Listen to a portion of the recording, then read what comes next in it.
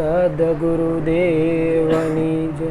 कहे ब्रिजेश ऐसा था कंगाल कि चलती सांस भी थी पराई, कि कहे ब्रिजेश ऐसा था कंगाल चलती सांस भी थी पराई, गुरु कृपा से बना धनवान जब खुदा से पहचान कराई।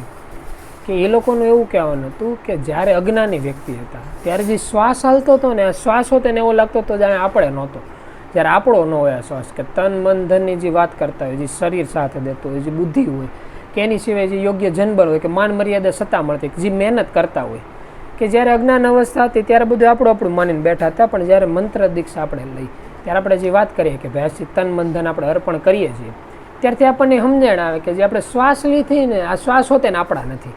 કે એ રીતે ઘણી વખત કોઈ શાયરો કે સાખીઓ કહેતા હોય, છંદ કે દોહા કહેતા હોય, ત્યારે ઘણા હિન્દીમાં એવું હતું ને કે કભી તો ઇતના ગરીબ માલુમ હુઆ કે ખુદ કી સાસ ભી અપની નહીં લગી, કે પોતાના જે શ્વાસ છે ને આ હોત ને પોતાના નહોતા, પણ એ કે બીજી સેકન્ડ ઉપર વિચાર કર્યો ને ત્યારે એવું કર્યું, ત્યારે એવું લાગ્યું કે આખા વિશ્વ બનાવવાળા જે ત્રણેય લોકના બનાવવાળા જે નાથ છે ને, કે જે માલિક છે, જે પરમાત્મા પરબ્રહ્મ છે, એ હોત ને પોતાના હોય ને એવું લાગતું હતું. કે તો એ વ્યક્તિને ગરીબ કેવો કે ધનવાન કેવો, એ વ્યક્તિને એવો કહેવામાં આવે છે કે જેવું એક નાનકડું બાળક હોય, નાનકડા બાળકને કેવું એને ગરીબ અને ધનવાન એરે કાંઈ લેવા દેવાનું હોય, એની એરે લેવા દેવા હોય કે એના નજર સામું દેખે છે ને હાથ લાંબો કરે છે, એ વસ્તુ એને મળે છે કે નહીં. કે આની આ વસ્તુ પ્રભુ સમજાવતા ઘણી વખત એમ હોત ને કહેતા કે ગુરુની જ્યારે કોઈ વ્યાખ્યા પૂછવામાં આવે, કે આજે ગુરુ પૂર્ણિમા હોય, કોઈ પૂછે કે ભાઈ ગુરુ કેને કહેવાય, તો એની અલગ અલગ વ્યક્તિ પોતપોતાના મત મતાંતર તરીકે ઘણી બધી અલગ અલગ વ્યાખ્યા આપે. એમાં જ કંઈક અલગ પ્રકારની વ્યાખ્યા સાંભળવા મળે, તેની બહુ વ્યવસ્થિત હોતી વ્યાખ્યા લાગી. એક એવી વ્યાખ્યા હતી કે એક વખત એક સાધુ હોય ને અને એક એવો હોય સાધક હોય, તો સાધક હોય ને એના ગુરુ મહારાજને પૂછે કે ભાઈ ઘણા વ્યક્તિ એવું કહેતા હોય કે ભાઈ આપણે મંત્ર દીક્ષા લઈ, નામ લઈ, સેવા કરીએ, સત્સંગ સેવીએ, સ્મરણ કરીએ, ધ્યાનમાં બેસીએ, પછી એનાથી ગુરુ હોય આપણને માર્ગદર્શન આપે. ગુરુ વગર તો જ્ઞાન નથી, તો એક ચોપડામાં લખેલું છે. એ કે તો જ્ઞાન ન મળતું હોય તો એટલે આપણે ગુરુ રાખ્યા હોય, આપણા તરફથી ગુરુની જે મર્યાદા હોય એનું પાલન કરતા હોય, એના કયા રસ્તા ઉપર હાલતા હોય.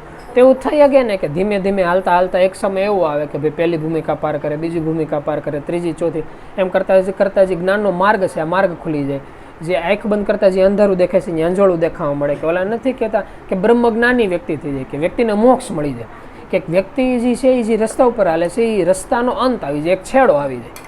તો ગુરુ એને કહેવાય ને કે જે આપણને માર્ગદર્શન આપે, કે પહેલેથી છેલ્લે સુધી લઈ જવા માટે એક વ્યક્તિ એવા મુસાફર, એક એવા સાથી, એક એવા રસ્તાના જાણકાર, એવા ભૂમિયા કે જે આપણી ભેગા હાલતા હોય ને આપણો ક્યારેક પગ હોય ડગમગી થાય ત્યારે એ આપણને હાથ પકડી લઈ જાય કે નહીં બેટા અહીંની જગ્યાએ અહીંયા જવાનું છે, એમ એક રસ્તે લઈ જવાવાળા, આને ગુરુ મહારાજ કહેવાય. આ વ્યાખ્યા આપણે ઘણી જગ્યાએ સાંભળવા મળી હતી, પણ આજે એક અલગ વ્યાખ્યા સાંભળવા મળી. એક અલગ વ્યાખ્યા એવી હતી કે જે વ્યક્તિ છેલ્લે પૂગી ગયેલા છે એ વ્યક્તિ જ્યારે પાછા મૃત્યુલોકમાં આવે છે ત્યારે એની માટે ગુરુ મહારાજ એવા નથી હોતા કે ભાઈ પહેલેથી ચાલુ કર્યું, 4 ડગલા 2 હાથ પગથી હાલવાનું ચાલુ કરે અને છેલ્લે સુધી પગે એટલે મુસાફરી પૂરી થઈ ગઈ, એવું નથી હોતું. એની માટે ગુરુ મહારાજની દુનિયાની આખી અલગ જ. એ કેવી હોય કે જેમ એક નાનકડો બાળક છે કે જેને જે હાલતા પગતા કાંઈ નથી આવડતું, એ દુનિયા જોવે છે, હજી જાણે છે. 5-6 મહિના 7-8 મહિનાનું બાળક હોય, એને પપ્પા કેમ એને તેડીને આટા મારતા હોય, જે બાજુ હાથ છે ને તેની બાજુ એને પપ્પા હેલા જતા હોય. ગુરુ મહારાજ અને શિષ્યનો સંબંધ થોડોક આવો થઈ જાય છે કે મૃત્યુલોકમાં આવ્યા પછી એને જ્યાં મજા આવે ને શિષ્યને રીતે જાય, ઓલા લોકો એને બધી રીતે ધ્યાન રાખે. એ કે કવળી જગ્યાએ હાથ રાખે, કોઈ ગરમ વસ્તુ રાખે, તેમ હોતે ને કે બટા એને ન અડે, બટા ન ખાવે, બટા વસ્તુ મોઢામાં ન નાખે, ત્યાં ન હલે, આ વ્યક્તિથી આઘું રહે. જે આ તે સુવિધા માર્ગદર્શન દેવાના છે ને એ પિતા સ્વરૂપમાં એના બાળકને દીધે જ રાખતા હોય. કે એટલા હદ સુધી કે એને એની હારે લેવા દે નથી કે આ વ્યક્તિ કે મંજિલે પૂગી, પહેલેથી મંજિલે છે. જે પરમાત્માની ખોજ કરવા નીકળો છે એના જે ખોળામાં બેઠો છે, એ એના જ હાથમાં તેડેલો છે. જ્યારે કોઈ વ્યક્તિ ગુરુની એવી વ્યાખ્યા કહે કે આપણે કોઈ ગુરુની પરાકાષ્ઠે નથી પૂગવાનું, આપણે કોઈ પરમાત્માનો ભેટો નથી કરવા જવાનું, આપણે પરમાત્માની ભેગા જ છે. જ્યારે આવત મનમાં સમજાઈ જાય ત્યારે ખ્યાલ આવે તો આપણે શું અત્યારે કરી રહ્યા છીએ, કાંઈ નહીં. જે કોઈ ગુરુ આગળ આપે કે આમ કરો એટલે એમ કરવાનું, આ જગ્યાએ આમ કરવાનું, એમ કરવાનું, એમાં એક સારા બાળક તરીકે એની એક શુભકામના. કે જે રીતે નાનું બાળક હોય ને પિતા એમ કે બટા એને ન અડે, અને હકીકતી છોકરો હાથ લઈ લે ત્યારે જે ઓલા પિતાને છોકરા તરફ એમ થાય કે નહીં બેટા મારો દીકરો બહુ ડાયો છે. આ જે થાય ને કે ભાઈ અમારા જે શિષ્ય છે એ ડાયા છે, એ જ કાફી છે. એટલા હદ સુધીનું બ્રહ્મ વાક્ય છે કે મૃત્યુલોકમાં કેટલા અત્યાર સુધીમાં દેવતાઓ, દાનવો, ઋષિમુનિઓ ધ્યાનસ્તંભમાં સ્થિર થયા, કેટલા વરદાનો માંગ્યા, તો હોતે એકેય વરદાન આની બરાબરી નથી કરી શકતા. એક જ વાક્ય આ લોકોના મુખમાંથી નીકળે, નહીં ભાઈ તું માણા બરોબર છે, તને જે કામ હોય પોતું એ કામ તે બરોબર કર્યું. એટલું કામ જે વ્યક્તિ કરી નાખે એની માટે નામ, મર્યાદા, જે સાંથર્ય, જે નીતિ નિયમો છે, આ કોઈ નીતિ નિયમો લાગુ નથી પડતા. કારણ કે નીતિ નિયમો જ્યાં લાગુ પડે એવી જગ્યાએ લાગુ પડે કે જ્યાં નોકરી હોય, કે આખો મહિનો નોકરી કરી છેલ્લે પગાર મળે, પણ જ્યાં વારસો મળે છે, જ્યાં વારસાગત છે, એને બસ ખાલી એને લાયક બનવાનું છે. તો લાયક બન્યા કેને કહેવાય? લાયક બન્યા એક જ વસ્તુને કહેવાય કે જ્યારે શરીર કામ કરતું હોય ત્યારે ભૂલી જવાનું કે શરીર આપણું છે, જ્યારે મન કામ કરતું હોય ત્યારે ભૂલી જવાનું મન આપણું છે, જ્યારે હોઠ હલતા હોય ને જીભ હલતી હોય ત્યારે ભૂલી જવાનું આપણે કંઈ બોલી રહ્યા છીએ. જ્યારે એક જ વસ્તુ ખ્યાલ આવે કે જે બોલવાવાળા છે એ પરમાત્મા પરબ્રહ્મ છે, જે સાંભળવાવાળા છે એ પરમાત્મા પરબ્રહ્મ છે. આપણે કરીને શું કરીએ છીએ? તો જ્યારે સ્થિર હોય ત્યારે જે મન છે આને સ્મરણમાં લગાડીએ છીએ, સતત એક ચિત્તે સ્મરણ કરીએ છીએ. આ જે સ્થિરતા છે ને આ જ સ્થિરતા પરમાત્મા છે. પરમાત્માની બીજી કોઈ વ્યાખ્યા નથી. પરમાત્મા એને જ કહેવાય કે જે સતત સ્થિર થઈ છે. પ્રભુ એ વસ્તુ વ્યાખ્યા દેતા એમ હોતે ને કહેતા કે જે દરિયાની સપાટી હોય, દરિયાની ઉપરથી કોઈ જોવે ને તેવું દેખાય કે મોટા મોટા મોજાળા ઉછળે છે. સુનામી જેવું આવે ત્યારે અમુક ફૂટ અથવા મીટર સુધી મોજા ઉછળતા હોય. પણ જો કોઈ પણ વ્યક્તિ એ નહીં દરિયાની જો ઊંડાણમાં ઉતરી તો એકદમ તળિયાનું જે પાણી એકદમ સ્થિર હોય. જ્યારે આની જેવું થઈ જાય કે બહારનું મૃત્યુલોકમાં વ્યક્તિને એવું દેખાય કે આટલું કામ કરી નાખું ને એટલું કામ કરી નાખું, પણ જ્યારે એના આત્માને કોઈ જોવામાં આવે ત્યારે આત્મા પહેલેથી સ્થિર હોય. એને ક્યારે કોઈ પ્રોબ્લેમ હતા જ નહીં, એને ક્યારે કોઈ પ્રોબ્લેમ થવાના જ નથી. એ એવી હુડકીની અંદર બેઠા છે કે જે હુડકી બનાવવાવાળા છે એ પોતે હતા, દરિયો એ પોતે હતા, એમાં જે વાવાઝોડું એવું એ પોતે હતા. જો ડૂબશે ને તો હોતે એની સંગાથે હાલશે, જો તારશે તો હોતે એના લીધે આવશે. કેટલા હદ સુધી લોકોના વિચારોમાં ખોયેલા હોય કે શરીર ખાલી એનું કર્મ કરે, એની સિવાય કોઈ વસ્તુ નહીં. નકર વ્યક્તિને કેવું છે, જ્યારે કોઈ વ્યક્તિ વરદાન દેવા બેહે ને ત્યારે એને કદાચ ખુદ પરમાત્મા બનાવી જાય ને તો તેને વ્યક્તિ ભૂખો રહે છે. એ કઈ રીતે કે ધારો કે કોઈ જગ્યાએ એવું કાલ્પનિક એવી કથા સાંભળી હતી કે એવું થઈ કે એક વખત એક વ્યક્તિ હોય ને બહુ દીખી દુનીને લાચાર હોય. એટલે જ્યારે લાચાર જેવો વ્યક્તિ હોય એટલે એના ગુરુ મહારાજ પાસે જાય ને ગુરુ મહારાજ પાસે કહે કે હમણાં તો આવું થઈ ગયું ને આવું થઈ ગયું ને ઘરની માથાકૂટને ધંધાની માથાકૂટને એમ હવારથી અહીં સુધી અહીંયા મહેનત કરતા હોય ને કે આનું કંઈ સોલ્યુશન નથી દેખાતું. એટલે ઓલા જે ગુરુ મહારાજ હોય ને એમ કે તો તારે શું જોતું છે? એક વખત તું તારી રીતે એ તો નક્કી કર કે તારે શું જોતું છે. અને દુનિયાનો જો કે બહુ મોટો સવાલ છે કે what do you truly desire. એમ આપણે શું જોતું છે એક વખત પહેલાં આપણને એ ખબર પડી જાય ને એટલે મૃત્યુલોકના 99% પ્રોબ્લેમનું સોલ્યુશન થઈ જાય. એટલે ઓલા વ્યક્તિ નોખી આખી લિસ્ટ લાંબી કરી એ કે મારે એકાદી એવી વસ્તુ નથી કે હું એકાદી વસ્તુ માંગેલું તમે લોકો તથાસ્તુ કહી દો કે કોઈ ઓલા ટીવીની અંદર ન બતાવે કે ધાને કડીમથી કેટલી જેવું હોય ચિરાગ જેવું કે એની અંદર ગહે ને એમાંથી એક જીન બારો નીકળે કે તમારે કોઈ પણ 3 વસ્તુની ઈચ્છા માંગો ને પૂરી કરી. એ કે એવી કોઈ વસ્તુ નથી કે 1, 2 કે 3 આંગળીના વેઢે ગણી લે હતી. એ કે હું લખવા બેહું તો આખી કિતાબ ઓછી થઈ જાય એટલી બધી વસ્તુ છે કે આ આપો એટલી બધી મારી ઈચ્છા છે, એટલી બધી મહત્વાકાંક્ષા છે, આ બધી પૂરી કરવી છે. એ કે પણ તો જો તમે એ પૂરી કરી શકતા હોય ને તો મને કહો. આ કે એમાં શું કે જો આજથી ને હું તને મારા તરફથી કેવું વરદાન દઉં છું. એ કે જો વરદાનના નીતિ નિયમો એવા તું જ્યારે હાંજે હું ને ત્યારથી બધા વ્યક્તિ સપના જોતા હોય કે હા એ કે તું હોત ને સપના જોઈએ કે એમાં શું નવી નવાઈ છે? સપના તો બધા જોતે, હું જોયું કે એમાં શું નવી નવાઈ? એ કે એવું ને બીજા મન તારામાં ફરક છે. એ કે કેવો ફરક? એ કે જ્યારે તું સપનું જોવાનું નક્કી કરે ને ત્યારે હાંજે હુતા પહેલાં તારે નક્કી કરી લેવાનું કે તારે સપનામાં શું જોવું છે. પછી તું સપનાની અંદર થાય ને એવી વસ્તુ જોઈએ. એ કે ધારો કે હું નક્કી કરું કે સપનાની અંદર હું ભગવાન તો કે આ તો તું હકીકત ભગવાન કે બહારની દુનિયામાં કંઈ નથી, પણ એક વખત તું હાંજે હું અને આંખ બંધ કરી નિંદર ચડે એટલે તું સપનાની અંદર હકીકત ભગવાન છો અને જેટલી વસ્તુ તું નક્કી કરી એક વસ્તુ તું પ્રાપ્ત કરી શકે. આ કે પણ તો એમાં તો કેવું 24 કલાકની અંદર આખી રાત કેવું હોય 8 કલાક થાય, 8 કલાક પૂરી થાય એટલે નિંદર પૂરી, પાછા સવારે ઉઠીએ પાછા એની માથાકૂટી કે હાલ તો એનથી ઉપર હોતે કે હાંજે હુતા પહેલાં તું નક્કી કર કે રાતે ભલે 8 કલાક પૂરતો તું હૂતો, પણ સપનાની અંદર તને એવું લાગે જાણે યુગોના યુગો વયા ગયા હોય કે આખી પેઢીઓની પેઢીઓ ફરી ગઈ હોય. તારે આખી જિંદગી એક શરીરમાં જીવી હોય ને તો તેને એક રાતની અંદર તું જીવીએ.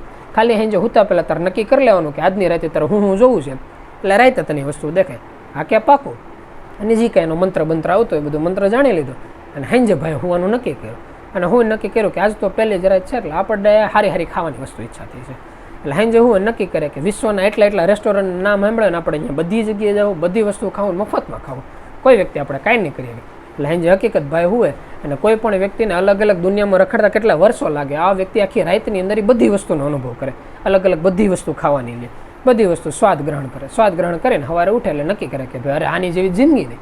બહાર જિંદગી જીવવાનો કોઈ મતલબ જ નથી. બહાર જિંદગી જીવવાનું આપણું શું કામ હોય? ફોરવેલમાં રખડીએ, એસીમાં રહી, બહારની સુખ સુવિધા ફોરેનમાં રખડીએ, કોઈ વ્યક્તિ હારે વાતચીત કરીએ, અમુક સંબંધો બાંધો હોય, પતિ પત્નીના સંબંધો, બાળકના કોઈ પણ માર્ગદર્શનમાં, એ કે જે કાંઈ વસ્તુ જોતી આપણને સપનામાં મળી જાય છે. એટલે બીજા દિવસે હાંજે નક્કી કરે કે હવે આપણે એટલી પ્રોપર્ટી પરવાળો થવું છે કે નાના બાળકથી જન્મ લેવો છે, નાના બાળકથી પણ આપણને બધી ખબર પડી જોઈએ, સ્કૂલની અંદર એટલું હોશિયાર થવું છે, આપણે જે વસ્તુ ઉપર હાથ મૂકે ત્યાં આપણને સીધી આવડી જવી જોઈએ. એટલે બધા વ્યક્તિ આપણી વાહવાઈ કરે, ધંધામાં જે વસ્તુના ધંધાના વિચાર કરે ત્યાં ધંધા સક્સેસ હોય છે, જે જગ્યાએ રાજપાટમાં નક્કી કરે ત્યાં રાજપાટમાં આગળ નીકળે. એટલે જેટલા ઓલા વ્યક્તિ ભગવાનની તરીકે નક્કી કરવા જાય ને બધી કલ્પના કરે અને જેવું હાંસન હોય અને આખી જિંદગી જે રાતની 8 કલાક હોય એમ આખી 80 વર્ષની આયુષ્ય પૂરી કરે અને ઉઠે ને મજા આવે કે અરે જિંદગી તો આ જ જીવા જેવી છે. પછી અલગ બહાર દુનિયા જાય, ત્યાં જાય ને ડ્રગ્સ લઈ આવે કે ભાઈ જો આપણે હેંજા લઈએ ને તો ઓલા ક્લોરોફોર્મ જેવું કે 8 કલાક હોવું પડે ને બદલે ખાવા પીવા પૂરતું જ ઉઠવાનું, બાકીની સિવાય ઉઠવાની જરૂર નથી. રાતે જ સૂતું રહેવાનું છે, કારણ કે બધા સુખ સુવિધા ત્યાં જ આવી જાય છે. એટલે 2-3 કલાક પૂરતું જાગે, ખાવા પીવાનું જે શરીર એટલું પડે, પાછા હેંજે ભાઈ હોવાનું ચાલુ કરે. અને ધીમે ધીમે પાછી કલ્પના વધારે કે હવે તો આપણે મૃત્યુલોકમાં જન્મ લેવો છે ને, એટલે દુનિયાની દ્રષ્ટિમાં ભગવાનની જેમ બધા વ્યક્તિ આપણને પૂજવા જોઈએ, ગુરુગાદીએ બેહારવા જોઈએ, મૂર્તિ પ્રતિષ્ઠા કરવી જોઈએ, અલગ અલગ જેટલી સુખ સુવિધા નક્કી હોય પાછી નક્કી કરે, બીજા દિવસે પાછા જાગી જાય. ત્રીજી વખતે નક્કી કરે કે હવે તો ઓલા પરમાત્મા કેમ પ્રગટ થઈને નરસિંહ રૂપની જેમ કેવી રીતે નોખા નોખા રાક્ષસો હોવા જોઈએ, નાખી સેના હોવી જોઈએ, હું એકલો નાખા યુદ્ધમાં સહારો કરી દઉં ને, એવું નક્કી કરે. એવું કરી નાખે. બીજા દિવસે પાછું નક્કી કરે કે ભગવાન મને આપણે ખોટું થોડું હોય, એટલે એને ક્યાંકથી ગીતાનું નામ સાંભળ્યું હતું. કૃષ્ણ ભગવાન આખી ગીતાનો સાર કીધો હતો. કે આપણે હોતે નાખી દુનિયાને ગીતાનું જ્ઞાન દઉં, પણ પોતા જ્ઞાન તો હોવું જોઈએ ને. પાછું હેંજે હોય, પાછી કલ્પના કરે, એટલે સપનાની અંદર હકીકત પોતે પરમાત્માની જેમ પ્રગટ થાય. એક એક વસ્તુની માહિતી આપે, કેટલા વ્યક્તિઓને જ્ઞાન દે, ને હવાર ઉઠે એટલે પાછો હતો. અને ધીમે ધીમે નક્કી કરતાં કરતાં એવું થાય, 1 દિવસ 2 દિવસ, અઠવાડિયું, મહિનો, વર્ષ, ધીમે ધીમે વ્યક્તિ કંટાળતો જાય.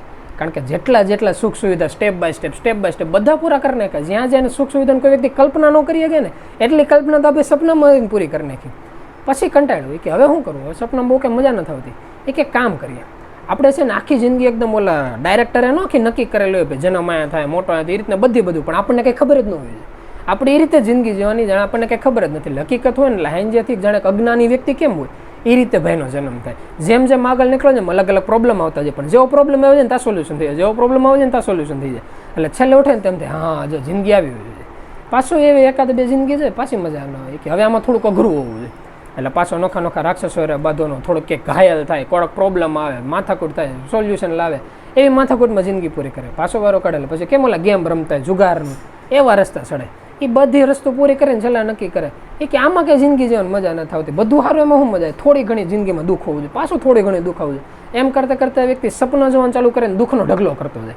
દુઃખનો ઢગલો કરતાં કરતાં એક કક્ષાએ પૂગી જાય કે જ્યારે વ્યક્તિ સવાર ઉઠી નક્કી કરે ને તેને એવો ખ્યાલ આવે કે અત્યારે વ્યક્તિ જે જિંદગી જીવી રહ્યો છે, એ જિંદગીની જેવી દુઃખ છે ને એ જ વસ્તુ વ્યક્તિએ સપનામાં જોઈ હતી. કે આખી રાતમાં જેણે સપનું જોયું ને એના આ જ શરીરમાં જન્મ થયો ને ત્યારથી અત્યાર સુધીનું સપનું હતું.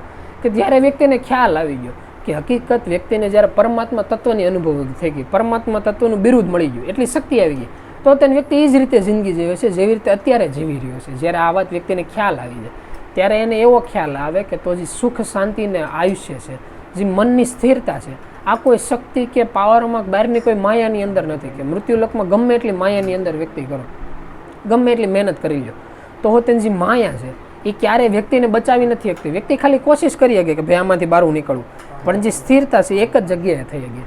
એ કઈ જગ્યાએ થઈ ગઈ કે ગુરુના સાનિધ્યમાં જે મન સ્થિર કરવાની કળા છે. બાકી જે 6 શબ્દ છે, આ 6 શબ્દ તો કેવા છે કે ક્યારેક જો તો એવું લાગે કે ઓલા બારખાડીમાંથી લીધેલા અક્ષરો ન હોય એ રીતના છે, પણ ક્યારેક જ્યારે 6 શબ્દની શક્તિ બતાવવાનું ચાલુ કરે ત્યારે ઓલા જેવું છે કે રામના રૂપમાં પુકારાતી રામ છે, અલ્લાહના રૂપમાં પુકારાતી અલ્લાહ છે, બુદ્ધના રૂપમાં પુકારાતો એ બુદ્ધ છે, કે રામદેવ પીરના રૂપમાં પુકારાતી રામદેવ પીર છે.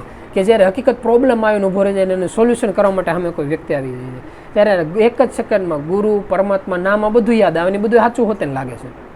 આવું હું કામે થાય છે? આવું એટલે થાય છે કારણ કે આપણું જે મન છે એ ખોટું એવું માયાજાળની અંદર ફસાયેલું છે કે આપણે કોઈ પણ કર્મ કરી રહ્યા છીએ. જ્યારે એવો ખ્યાલ આવી જાય કે આપણે આમાંથી કોઈ કર્મ જ નથી કરતા, જે સ્થિરતા છે આ લઈ છે, જે પરમાત્મા છે ને આ કર્મ કરે છે, ત્યારે જે મન છે ને એવું સ્થિર થઈ જાય કે એને બીજું કંઈ કરવું જ નથી પડતું. અને એટલે જ નામના ઊંડા ઉતરેલા વ્યક્તિ એવું કહે છે કે ખાલી કર્મ ઉપર ધ્યાન દો, જે શરીર છે ને એને છૂટા મૂકો. નકર કઈ રીતનું થાય કે એક વખત એવું થયું હોય કે મૃત્યુલોકની અંદર એક એવો વ્યક્તિ હોય, વ્યક્તિ એવું નક્કી કર્યું કે ભાઈ બહારની જે જગ્યા હોય ને જગ્યાની અંદર બહુ બધી ચોરી લૂંટફાટાને કરીને આવ્યો હોય, અને બહાર એને જે ગ્રુપ હોય, જે દોસ્તારોનું ગ્રુપ મંડળ હોય, એ લોકોમાં એ લોકો નક્કી કર્યું હોય કે ભાઈ આની જેવો મોટો કે ચોર નથી, એટલે એને મોટા ચોરનું બિરુદ મેળવ્યું કે ગમે ત્યાં ચોરી કરવાની થયો એટલે એનું ટેલેન્ટ એટલું બધું કે એ આખો પ્લાન નક્કી કરીને કહી જાય કે ભાઈ એટલા સ્ટેપ એટલું કરવાનું. એટલે કોકની અંદર ગમે એટલી સિક્યોરિટી કેમ ન હોય, ગમે એટલું મગજ કેમ ન હોય, એ ચોરી કરીને વ્યક્તિ રફુ ચક્કર થઈ જાય તો હોતે કોઈ વ્યક્તિ એને પકડી ન ગમે, એટલું એની અંદર કુદરતી રીતે ટેલેન્ટ. વ્યક્તિ પાસે એટલું ટેલેન્ટ એટલે વ્યક્તિ નક્કી કરે કે તો પછી આપણે એટલી મોટી ચોરી કરી છે, એમાં અલગ અલગ ઘણી ખરી ચોરી કરે. એમાં એક વખત થાય એવું કે ન કરે નારાયણને એવું એના જીવનમાં એવો ઘટના ઘટી જાય કે એના જીવનમાં કોઈ એક જગ્યાએ સત્સંગ સભા હાલતી હોય ને સત્સંગ સભાની અંદર એને એવા સમાચાર મળ્યા કે ઘણા ખરા કે ધંધાધારી પ્રોપર્ટી પાવરવાળા વ્યક્તિ વેપારી લોકો અહીંયા આવવાના છે, અને એ લોકોના હીરા ઘરેણા દાગીના અમુક પ્રકારના જેવરા તો મકાન ને બિલ્ડિંગ ને એમાં જે 4-wheeલનું ને એવું હોય, એમાં અમુક વસ્તુ એવું છે કે જે આ જગ્યાએ લોકો સ્ટોરેજ કરીને રાખવાના છે. એટલે પોતે લોકો એવું નક્કી કરે કે જે સાધકો છે ને એ રૂપમાં અહીંયા જવું, અને ત્યાંથી લોકો બધી ચોરી કરીને નીકળી જાવ. સાધક કરીને રૂપમાં તો જાય, પણ થાય એવું કે અઠવાડિયા 12 દિવસનો એ લોકોનો કાર્યક્રમ હોય. ત્યાં એ લોકો સ્થિર થઈને એમાં જે મેન વ્યક્તિ હોય ને એનું મગજ એમાંથી ફરી જાય. જે ઓલા લોકો સત્સંગ સભા હાલતી હોય, વાત સાંભળીને મનથી એવું નક્કી કરી નાખે કે આ બધું તો આપણે કરીએ, બાકી વહેલા મોડા કર્મના ફળ તો ખાવા જ પડે. અને એવું નથી કે કર્મના ફળ એટલે ખરાબ કર્મના ફળ ખાવા પડે. આપણે જે સારા કર્મ કરીને આપણને લાગ્યા છે એટલું ધનબળ એકત્રિત કર્યું, ધનબળનો ઉપયોગ તો કરી નથી ગયા, એની બદલે આજે માથાકૂટ છે ને બધી માથાકૂટ મૂકી દઈ અને કાંક અલગ ગામમાં વયા જાય કે ગુરુ મહારાજની સેવા જેટલી થાય એટલી કરવાની, બાકી ખોટું આમાં કંઈ નહીં પડવાનું. એટલે એવું નક્કી કરે ને એમાં થાવાકાર થાય કે એનું જે એકનો એક બાળક હોય એ કે ઘરાય તો બીમાર પડી જાય, અને જેટલી એની પાસે ધનબળ હોય એટલી હોય એટલી શક્તિ લગાડી દે. જેટલા ડૉક્ટર હોય એની પાસે જે વૈયા જાય, જેટલા વૈદ હોય, જેટલા કોઈ પણ હકીમ હોય કે એની સિવાય જેટલા ઓલા કાળા જાગુ કરવાના, દોરા ધાગા કરવાવાળા, એ બધા પાસે જઈ આવે ને ખ્યાલ આવે કે ભાઈ કોઈ આનું સોલ્યુશન નથી. અને ત્યારે જે આ ગુરુ મહારાજ હોય એને અહીંયા સેવા કરતા અહીંયા વાત કરે કે ગુરુ મહારાજ મને એવું લાગે છે કે મારા આગળના શરીરના કર્મોના જ આ ફળ છે, કે આ જ કર્મના એટલા ફળ છે કે આપણે એટલી ચોરી લૂંટફાટ કરીને એ કે કોઈની અંદર એવી તેવડ નથી કે કોઈ આપણને પકડી પડ્યો. હજુ સુધી કોઈને ખબર નથી કે આપણે એટલા મોટા ચોર છે. અમારી જે ટોળકી હતી ને આને જ ખબર છે, કારણ કે આપણે કોઈ પકડાણા જ નથી.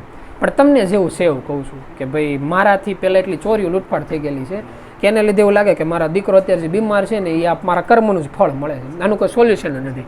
ના કે ભાઈ એવું ન હોય, બધા મનના વેમ હોય. બાકી કર્મના ફળ આવવાના હોય ને તો એવું હોય કે આપણા કર્મના ફળ આપણે ભોગવીએ. બાળક તો નિર્દોષ કહેવાય, એમાં એનો કોઈ વાંક ન હોય. અને બદલે તારથી થાય ને જી કાંઈ તને વેદ જે કાંઈ દવા દારૂ જે દવા દારૂ તારી રીતે લીધો રાખજે, એનું તો સોલ્યુશન ભગવાનની ઈચ્છા હોય ને તો થઈ જાય. હકીકત એવું થાય છે ઓલો બાળક હોય ને પછી હાજો થઈ જાય. એટલે આ વ્યક્તિ મનથી નક્કી કરી નાખે કે ભાઈ નામ સિવાય કોઈ વસ્તુ નથી. પછી ધીમે ધીમે થાય એવું સમય વધતો જાય. એમાં જે નવા રાજ્યની અંદર રહેતો હોય કે નવા સિટીની અંદર રહેતો હોય, ત્યાં ગુરુ મહારાજ એના જે બીજા અમુક વેપારીજનો હોય, રાજ્ય હોય, રાજા હોય, એ હોતે એના અંડરમાં આવતા હોય. એટલે ધીમે ધીમે એને કીધું કે આ રીતની કોઈ જગ્યા હોય તેમાં વ્યક્તિને નોકરીને દેજે. હવે વ્યક્તિ ઈમાનદાર છે, આગળની કોઈ કંઈ વાત જ નહીં કરવાની, એટલે ઓલું ન થાય કે ભાઈ જૂની છાપ નડે. એટલે એવી રીતે કોઈ જ્ઞાના વ્યક્તિ હોય વેપારી એને પોસ્ટ આપે નાનીકડી નોકરીની. ધીમે ધીમે સમય છે વર્ષ એમ કરતાં કરતાં એની પોસ્ટ વધતી જાય. વધતા વધતા એવું થાય કે એટલી મોટી પોસ્ટ કે શેઠમાં એમાં કાંઈ બાકી નહીં. શેઠ ન હોય એટલે આ જ વ્યક્તિ શેઠ.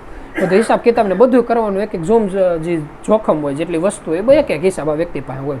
એટલે હદ સુધીની ઊંચી પોસ્ટ. એમાં જેનો છોકરો હોય એ મોટો થતો જતો હોય તો જુવાની જેવી થાય ને ચડતું લેવું હોય ને એમાં એને ખ્યાલ આવે કે પપ્પાના જૂના દોસ્તારો આ બાજુ આવે છે. એટલે એને મળે ને બધા ભેગા થઈને એમાં વાતો કરતાં કરતાં ખ્યાલ આવે કે આપણે પપ્પા હતા ને જૂના સમયની અંદર બહુ મોટા ચોર હતા, અને એનું જે ટેલેન્ટ હતું એવું કહે કે કોઈ દી કોઈ વ્યક્તિનું ટેલેન્ટ ન હોય ને એટલું. એટલે અમુક વ્યક્તિ એવા થાય કે દુઃખી થઈ જાય. આ છોકરો એવો થાય કે લે એટલું બધું પપ્પાની અંદર ટેલેન્ટ ને પપ્પા કોઈ વાત જ ન કરી, ભલે ચોરી કરવી ખોટી વસ્તુ છે પણ ટેલેન્ટ તો સાચું કહેવાય. એટલે ઓલા બધા ચોર વેરે ને પપ્પાને કહે કે તમારી અંદર એટલું બધું ટેલેન્ટ હતું તો તમે શું કામ મૂકી દીધું? એટલે પછી પપ્પા હોય એમ વાત કરે કે બટા ચોરી કરવી ધન દોલત ને એનાથી વ્યક્તિ શું કરી લેવાનું, પેટ ભરી ભરીને કેટલું ભરવાનું. એ કે અમને છે ને ભગવાનની ચોરી કરતા આવડી ગઈ. એ કે જે વ્યક્તિને પરમાત્માની ચોરી કરતા આવડી જાય ને એને પછી બીજી કોઈ વસ્તુની જરૂર ન પડે. એ કે જે વ્યક્તિ એક શ્વાસની અંદર એક શબ્દોની અંદર આખી બ્રહ્માંડની રચના કરી શકતા હોય તો સીધા એ જ વ્યક્તિની ચોરી કરી લેવાય ને. એના બનેલા નાની કડી ધૂળ મીટીની હું ચોરી કરવી? એ કે એમાં કાંઈ પડ્યા જેવું નથી. આ કે પણ તો હતા તમે જો આખી જિંદગી મહેનત કરી થઈ થઈને શું થયું? એક સારું રહેવા કાવાનું મકાન, થોડી ઘણી ખાવા પીવાનું વસ્તુ, પણ જો બીજા ઓલા તમારા ચોરાનો અમુક દોસ્તારો છે, એના અમુક છોકરા છે, અમુક અયાસી કરે છે કે જ્યાં રખડો ત્યાં રખડે, કે જેમ ધારેમ દે કે કેટલી મોટી ધનધાન્ય સંપદા. એટલે કે જો બટા તને લાગે, બાકી અયાસીની વ્યાખ્યા બધા માટે અલગ અલગ હોય. જે વ્યક્તિ સવારે ઉઠે છે, ઉઠાડતા હોય છે તો ડ્રગ્સની ઇન્જેક્શન દેવું પડે છે, આખો દિવસ કોમામાં હોય કે ન હોય સરખું સમાન થઈ જાય છે, સાંજે હોય તો હોતે નેશામાં હોય, એને ભલે એની દુનિયામાં અયાસી લાગતી હોય, બાકી અયાસી ન કહેવાય. કે જે વ્યક્તિ પરમાત્માની દ્રષ્ટિએ મૃત્યુલોકમાં આવ્યો છે ને તો થોડુંક તો માણસ જેવું રહેવું જોઈએ. નકર એની કરતાં તો ઓલા જાનવરોનું જે શરીર હોય ને સારું કહેવાય. કે કોઈ કેમ તો કે જે બે જનાવર છે કે બાર એની રીતે આટા મારતું હોય, એકાબીજાને ગમે ખાઈ જાય તો કોઈ એમ ન કે આંગળી સીધી ભેવું ન કરે. કે જનાવરનું શરીર છે એની પાસેથી હું આપણે બીજી અપેક્ષા રાખીએ છીએ, પણ મનુષ્યનું શરીર આવ્યું છે તો થોડુંક તો વ્યવસ્થિત રીતે જીવે. આ કે પણ તો હતા ને પપ્પા ભલે તમારે કંઈ ન કરો, તમે બધું મૂકી દઉં, પણ જો મને આવું શીખવાડજો ને તો આપણે વધારે કરીએ કે ન કરીએ. એક એવો હાથ મારી દઈએ ને કે તમે જે આખી જિંદગી મહેનત કરીને એટલે એક જ હાથમાં હું ભેગી કરી લઉં અને પછી આપણે કાંઈ ન કરવું પડે. એટલે કે આ રીતે નહીં સમજે. પછી એને એમ કહે કે જો તારે ચોરી કરે ને તો પછી આખું પ્લાનિંગ કરવું પડે. એ કે હા તમે બે ઓલો કઈ રીતનું પ્લાનિંગ, કેટલા વ્યક્તિ ભેગા કરવા જોઈએ, આપણે હોતે દોસ્તારની ટીમ છે બધાને ભેગા કરી દઈએ. એ કે નહીં, આપણે ચોરી કરવી હોય ને તો પછી બધાનું ભેગું કરો, આપણે બાપ દીકરા બે જ કાફી છે. એ કે તો બોલો કઈ રીતની ચોરી કરવાની છે? કે જો આ સમય, આ તારીખ, એટલા વાગ્યા, આ રીતના કપડાં, એટલા રીતના ઓજાર, એટલી બધી વસ્તુ કમ્પ્લીટ કરીને રાખજે. હું તને રાતે ઉઠાડું ને ઊભો થા એટલે હતળંગ બેઠો થાય ને આપણે ચોરી કરવા નીકળી જવાનું. અને આ વાતની કોઈને કાનો કાન ખબર ન લાગી જાય. એક વખત ચોરી કરીને આવ્યા પછી આપણે આ રાજ્યની અંદર કે સિટીની અંદર રહેવાનું નથી થતું. આ જ આપણો નિયમ છે. એટલે કે વાંધો નહીં પપ્પા, તમે તાર બધી વસ્તુ તૈયાર રાખીને બેહો. અને એ લોકોને જી કે જેટલી વસ્તુ લોકર ને ચાવીને બધું તૈયાર કરવું પડતું, બધું તૈયાર રાખીને અને એક્ઝેક્ટ હેન્જનો ટાઈમ સમય એવો રહેતા 12 વાગ્યાનો સમય આવ્યો ને પપ્પા ઉઠીને અને ખભે હાથ દઈને કીધું કે બટા ઉઠ. અને બટા ઊભો થયો, ઊભો થઈને કીધું બોલો પપ્પા આપણે તૈયાર. એ કે હાલ ભાઈ ભેગો લઈને ગયા અને એમ કીધું કે જો ખોટો અવાજ નહીં કરવાનો ને હિંમત પૂરી રાખવાની, આ બીકના ધંધા નથી, બીકના ધંધા કરો ને તો પાછો સુઈ જાય. એ કે નહીં પપ્પા આપણે પૂરા હિંમતમાં છે. અને ભાઈ એને બાપ દીકરો બે હાલતા થતા એક દિવાલ જેવું દેખાણું, આગેથી જોતે એવું લાગ્યું 4-5 સૈનિકો આટા મારતો હોય. છોકરો એમ કે પપ્પા એ તો સૈનિકોને એવું છે કે જો બીવાનું ન હોય, બીવાનો ધંધો કરો ને તો ચોરીનું કામ નથી, તો પછી આપણે જે નોકરી કરતા હતા ને બરોબર છે, ચોરી કરે ને તો હિંમત પૂરી રાખવાની. આ કે વાંધો નહીં કે હાલ મારે ભેગો ત્યાં છે ને દિવાલ પહેલાં કીધું કે ખોદવાનું ચાલુ કરે. એટલે એક બે પાવડા માર્યા ધીમે ધીમે. એટલે કે હું નાના છોકરા જેવું ખોદ છું, થોડુંક બળ લગાડે એમને થોડું ખાધો ખોદાય કે આખું વર થોડું આ કાઢવાનું છે. એ કે લાય પાવડો લઈને 2-3 ફટકા એને મારે ઈટ કાઢવા નથી ને કીધું જો બટા ઈટ કાઢે પણ અવાજ ન હોવો જોઈએ. ઈટ કાઢવા જાય ને ઓલા નાખા હાથ ધ્રુજે, કારણ કે જિંદગીમાં પહેલી વાર ચોરી કરે, આજુબાજુ સૈનિકો. આ કે એટલું બધું હાથ ન ધ્રુજવાનું, જો એટલી બધી બીક લાગતી ને તો એની પાછો વળી જાય. કે નહીં આપણે હાથ મારો જ છે ને. એ કે વાંધો નહીં. 2-3 ઈટ કાઢી ત્યાંથી ઘરકીને અંદર ઘરે ને કીધું જો લાલ બત્તી કે આ તો કોઈ વસ્તુ કંઈ કરવાની ન થતી, અંજોળો બંજોળો કાંઈ નહીં, હું પગલું માંડું ને એની વાહે ભાઈ પગ માંડી જાય. આ કે વાંધો ને એકની વાહે પડ ડગલું, બીજી વાહે ડગલું, ત્રીજો ડગલું, એમ કરતા હાલતા ને દરવાજો એને કીધું કે ઓલી ચાવી લેવો છો ને કે ખોલ, હું આજુબાજુ ધ્યાન રાખું છું. એટલે પાછો ઓલા હાથ ખખડ થાય ને પાછો અવાજ આવે. એટલે એણે કીધું હું એટલો બીસ હોય લાય મને દે. એણે ખોલીને બધે કે જો એટલું જ કરવાનું હોય. એટલે ઓલો તો જેમ એક ડગલું આગળ વધે એને પપ્પાથી ઇમ્પ્રેસ થતો જાય કે ભાઈ અરે પપ્પા તો આવા જ હોવો જોઈએ, આવા ચોર હોવો જોઈએ. એમ કરતાં દરવાજો ખોલે ને અંદર જઈને કીધું કે જેટલા ઘરેણા દેખાય ને એ કે પોટલી ભર લે અને આખી જે ઠેલી છે ઠેલીની અંદર બાંધીને કમ્પ્લીટ કરીને રાખે, આપણે આગળ નીકળીએ. કે વાંધો નહીં. એટલે ઓલા બધી વસ્તુ ઠેલી કરે ને ખભે નાખીને કીધું બધું રેડી છે ને. એ કે હા રેડી. ધક્કો મારે જોરથી રેડ નાખ્યો, ચોર આવ્યો એમ કે દરવાજો દઈને પોતે ભાગી ગયા. બોલો છોકરો ન્યા અને ઘડીક 2 મિનિટ પૂરતું મગજ વયું ગયું. કે આવા પપ્પા કઈ હોતા હશે પહેલેથી છેલ્લે સુધી કીધું હિંમત રાખ ને આવું કરવાનું હોતું હશે. પપ્પા તો મેલ ખખેર, એ તો ભાગ્યા. આજુબાજુ બધા સૈનિકો ઉઠી ગયા અને ધીમે ધીમે નીકળ્યા. આ ભાઈ પછી જવું કે તિજોરી હતી ને ઠેલો ખભે નાખીને તિજોરીની અંદર હલવાઈ ગયો. ત્યાં હંતાણો. એટલે ધીમે ધીમે ઓલા બધા તો આટા મારવા મળ્યા, અવાજ આવવા મળ્યો. પોતે નક્કી કરે કે હવે હું કરું. ગુરુ મહારાજનું નામ યાદ આવ્યું કે ભીં સેવે તો કોઈ ઉપાય નથી, એટલે સ્મરણ કરવાનું ચાલુ કર્યું. એ કે બીજું કાંઈ ન જોતો ખાલી અહીંથી છુટકારો એક વખત મળી જાય ને એટલે પછી ગંગ નાયા. એમાં થાય એવું 1-2 નારી હોય ને ત્યાંથી હાલતી નીકળે. એટલે પોતે નક્કી કરે કે આ લોકો એટલી સ્પીડમાં દોડીને આપણને પકડી નહીં આવે. એટલે પોતે કેવું કરે, ત્યાં તિજોરી અંદર બીજા કપડાં હોય, એ કપડાને એવું બધું લે, માથે ઓઢી લે અને નક્કી કરે કે આગળ એકદમ નિકટથી નીકળે ને અને વાંહેથી આપણે દોડી નીકળી જાય. અને ઓલા જેવા નીકળે ને પોતે વાંહેથી દોડી નીકળે. એટલે સૈનિકો વાહે પોતે વાહે એમ કરતાં દોડવાનું ચાલુ કરે. એટલે જે મહેલ જેવું જીકાને લાગતું ત્યાંથી દોડીને થોડાક આગળ જાય ને ત્યાં કૂવા જેવું દેખાય. અને એક જ સેકન્ડમાં એનું મગજ યાદ આવે કે કૂવા જેવું દેખાણું, બાજુમાં પાણો લે, કપડાં જે માથે પહેરાવે કાઢીને પાણાની અંદર નાખીને નીચે ધોવાકો મારે અને નાખીને એને પોતે અંદર કપડાં રેડી રાખ્યો. અને પપ્પાએ પહેલાંથી કહીને રાખ્યું. અને જે ઓલા એને એમ કે જો આ કૂવાની અંદર ઓલો પડ્યો, કૂવાની અંદર પડ્યો એમ કહીને પોતે ભાગી જાય. એટલે સૈનિકો કૂવા મારા કરતા થાય ને પોતે ત્યાંથી નીકળે. અને હા ધમણ થતો ભાઈ ઘરે પૂગે તો પપ્પા મસ્ત નિરાતે સૂતા હોય. એટલે ત્યાં જઈને ઉઠાડે કે પપ્પા ઉઠો. કે હું ઉઠો, સવારે ઉઠાડજો, અત્યારે કંઈ જરૂર નથી. કે આમ થોડું હાલે કે મને હેરાન કરતા થાય છે. એ કે નહીં ભાઈ સવારે ઉઠાડજો. એટલે આ ભાઈ એમને પણો ઠેવાડીને બે કે ઉઠે એટલી વાર છે, ઉઠે ને એટલે કહું કે આમ થોડું હોય. અને એમાં સવારે થાય ને પપ્પા ઉઠે અને એમ કે પપ્પા બટા આમ થોડું હોય. એટલે કે જો ભાઈ તને ખબર તું ક્યાંય ગયો હતો?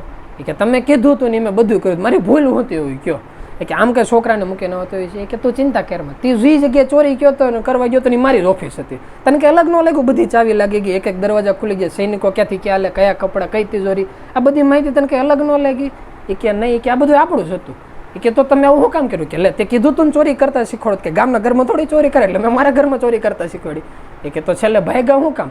એ કે ભાગ્યો એટલે તને ખબર પડી જોઈએ કે આમાં એટલી જ વાર લાગે પકડાતા, જે શ્વાસ અધર ચડો ને બસ આજ તને શીખવાડવાનું હતું. એ કે પણ તો હતું જોયું છેલ્લે હું ન પકડાનું. એ કે છેલ્લે કદાચ પકડાઈ ગયો તો હું કે એમ કીધું કે હિસાબ કિતાબ કરવા આવ્યા હતા. એ કે ગમે એમ કરીને ભેગું કરી લે. પણ એ કે તો તમે એવું શું કામ કર્યું? કે જો એક જ વસ્તુ માટે કદાચ તે બધું ભેગું કરી લીધું હોત તો ભેગું કરીને તું છેલ્લે શું કરત? રહેતો ઘરમાં, બીજા ઘરમાં જે સુખ સુવિધા છે, જે પાલન કરવાનું તો આ જ કરત. છેલ્લે તું જ્યારે અટવાણો તો જે પરમાત્માનું તે ભજન કર્યું તું, જે તારી બુદ્ધિ કામ કરીને, જો એ જ બુદ્ધિ કામ કરશે તો એવું થાય કે એક સમય તારે પાસે કરોડો રૂપિયા હશે અને કોઈ પ્રોબ્લેમ આવશે નહીં, રૂપિયા એમને પડ્યા રહે અને ઓલાનું કોઈ સોલ્યુશન નહીં થાય. જો મન સ્મરણમાં લાગી ગયું તો ધન કદાચ હસોડું નહીં હોય, બુદ્ધિબળ હસોડું નહીં હોય, તો એક એવું કામ કરાવીને જાય કે ઇતિહાસના વ્યક્તિ ઉદાહરણમાં લખીને જાય કે ભાઈ રામ ભગવાન હતા, એને જે આખું રાવણ સામે યુદ્ધ કરીને જે આખી કથા છે બધા માણસો સાંભળે છે ને, ત્યારે રામ ભગવાન કોઈ પરમાત્માની શક્તિ લઈ નહોતા આવેલા, એને એક નોર્મલ માણસની જેમ જ જિંદગી જીવતા. તો તેને એના દ્વારા થયેલા એક એક કર્મ કે કૃષ્ણ દ્વારા થયેલા જે એક એક કર્મ હતા એ જ્યારે એ લોકો જ્ઞાન દેવા બેઠા, હા એવી વસ્તુ માની ગઈ કે ભાઈ સુદર્શન ચક્રની પાવર હતી, ખાલી ભગવાન એક જ કામ કરી ગઈ. પણ જ્યારે આખે આખું મહાભારતનું યુદ્ધ થઈ ગયું ત્યાં ખાલી લોકોની જે સ્મરણ શક્તિ છે, જે સમજણ શક્તિ છે, આ જ કહેવા આવ્યા હતા. અને એ વાત બહુ સાચી છે. આજે કંઈક થોડાક દિવસો પહેલાં કે કૃષ્ણ ભગવાનની વાત કરતા હતા એક વ્યક્તિ યારે, જ કહેતો હતો, મેં કીધું કૃષ્ણ ભગવાનને એમ સ્ટોરી સાંભળીએ ને તો પિક્ચરની સ્ટોરી સાંભળીએ ને એમ સારી લાગે, પણ મહાભારતની જે કથા ને એમાં જે મજા આવે એ જે ઓલી બીજા નોખા નોખા રાક્ષસો હોય ને એમાં એટલી બધી મજા ન આવે. એટલે જે સામે વ્યક્તિ હતો ને એમ જ કહેતો એ કે ભાઈ પણ એમાં કેવું છે કે ખબર સામે વાળો વ્યક્તિ તાલગને જ જીવતો છે, જાલગની હામો નથી આવ્યો. એક વખત કૃષ્ણ ભગવાનનો હામો આવ્યો નથી, કાલો કે સુદર્શન નાખ્યું નથી.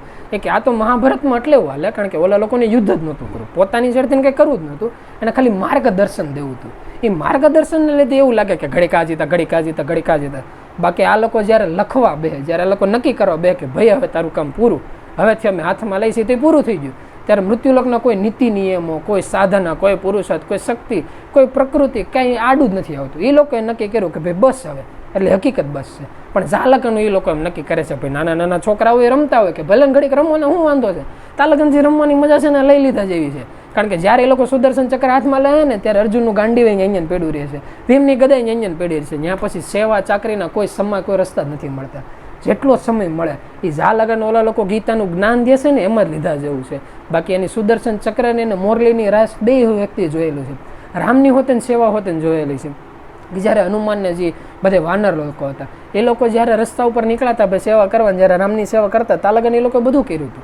પણ જ્યારે રામ રાવણનું યુદ્ધ ચાલુ થયું હતું ને એ લોકોએ નક્કી કર્યું કે બસ હવે, ત્યારે આખી સેના મૃત્યુ લોકો ઉપર એમનેમ જ પડી રહી હતી. ત્યારે રામની જે શક્તિ હતી, પરાક્રમ હતું, એ જ આમે એવું હતો.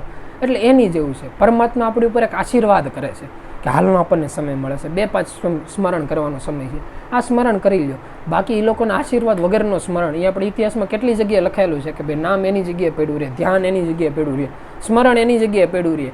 જો આ લોકોની સેવાનો સામે શક્તિ ન હોય, જો આ લોકોનો આશીર્વાદ માથે ન હોય કે ગુરુની શક્તિ વગેરે જેટલો પાવર હોય ને, જેમ કે આ લાઇટ છે, આ અંજવાળું કરી ગયા છે, એ અંજવાળું તાલગન જ કરી ગયા છે. આની અંદર વીજળીનો ચમત્કાર છે. એ જે વીજળીનો ચમત્કાર છે ને એ જ આ પ્રભુનો આશીર્વાદ છે. જો આશીર્વાદ ન હોય તો બલ્બ ગમે એટલો શક્તિશાળી હોય, કોમ્પ્યુટર ગમે એટલું પાવરફુલ હોય, પણ એની અંદર જો પાવરનો છેડો ન થયો એટલે એક પથ્થર સમાન છે. એમ જે માણસ છે, જે શરીર છે, આની જે કળા છે, એ કળા તાલગને જ હાલે છે. ઝાલગનના શરીરની અંદર આત્મતત્વ છે. એ આત્મતત્વ ઝાલગન ઓલા લોકોના કયાની અંદર છે. નકર પહેલેથી એવું કહેવાય છે કે જે બુદ્ધિ છે એ બુદ્ધિ બહુ એટલે બહુ સારું નોકર છે, પણ એ નોકર તાલગન છે જ્યારે એક સાચા સ્વામીની સેવા કરતી હોય તાલગન. અને સાચા સ્વામી એ જ કહેવાય કે જ્યારે આત્મા નામની અંદર સ્થિર થવાની કોશિશ કરતા હોય, જ્યારે આપણું મન નામના સ્મરણમાં હોય, ત્યારે બુદ્ધિ જે વિચાર કરે છે ને બધા સાચા છે. જો એ વિચાર નથી કરતા તાલગન બધું ખોટું છે. એટલે એની જેવું છે.